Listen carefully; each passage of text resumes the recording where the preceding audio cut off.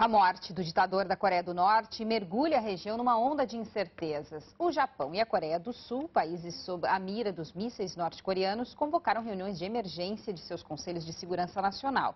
O grande temor é que o filho e sucessor designado de Kim Jong-il, Kim Jong-un, tente dar uma demonstração de força para unir o país em torno dele. Vamos agora a Tóquio conversar com a correspondente Cláudia Sarmento. Cláudia, existe mesmo essa possibilidade? Bom dia. Bom dia.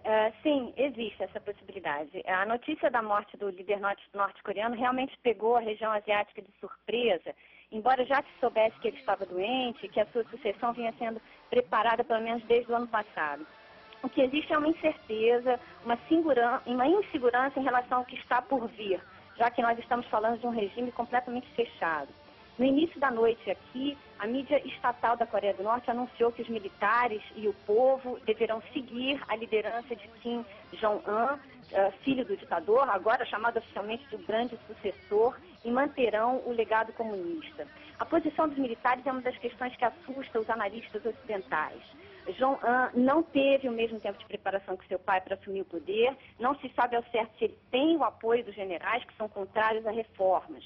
Esse seria um dos temores, para mostrar que pode governar o país. O novo presidente, jovem e inexperiente, poderia optar por uma demonstração de força contra os vizinhos do Sul, por exemplo, como já aconteceu antes, ou fazer novos testes nucleares ou com mísseis, reforçando a propaganda militarista do Estado comunista, né? Uma característica do regime norte-coreano. É claro que por tudo isso que você falou agora, Cláudia, os países da Ásia ficaram em alerta com essa notícia, né? Quais foram as reações, então, da Coreia do Sul e do Japão à morte do dirigente norte-coreano? Foram reações que demonstram uma preocupação. Ninguém está tranquilo.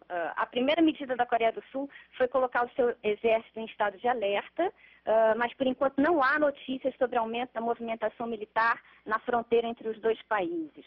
O governo está todo mobilizado em Seul, em reuniões de emergência. No Japão, um país que também fica bem perto da Coreia do Norte, portanto segue com muita atenção tudo o que acontece lá. O ministro das Finanças, Jun Azumi, disse agora há pouco que os japoneses acompanham cada passo dessa sucessão e se preparam para o imprevisível. Um dos raríssimos aliados da Coreia do Norte é a China, né, Cláudia? Qual foi a reação de Pequim à notícia da morte? A China manifestou, por enquanto, uma reação protocolar, reagindo com pesar à morte do líder norte-coreano.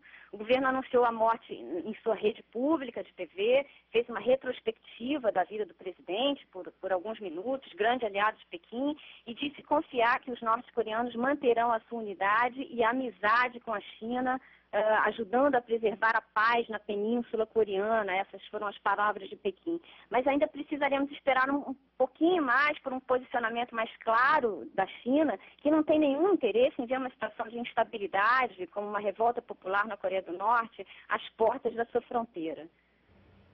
Bom, Cláudio, os norte-coreanos ouviram, né, da televisão estatal de que o líder morreu trabalhando muito pelo povo norte-coreano. A notícia do ataque cardíaco só veio mais tarde. Qual é a reação dos coreanos a essa notícia da morte do chamado líder querido do país? Pois é. Primeiro nós vimos um vídeo da apresentadora de TV anunciando oficialmente, com uma roupa preta, voz embargada, a morte de Jong-il. E agora também vem sendo veiculado um vídeo com imagens da reação da população nas ruas. Muitas pessoas chorando, soluçando, fazendo reverências em frente ao retrato do líder, né, que manteve esse regime à base de um culto à sua personalidade. São cenas que lembram a então União Soviética da ditadura comunista. Mais uma vez, é difícil a gente dizer com precisão se há um desespero genuíno ou se são cenas puramente encenadas, mas é possível que seja um pouco das duas coisas.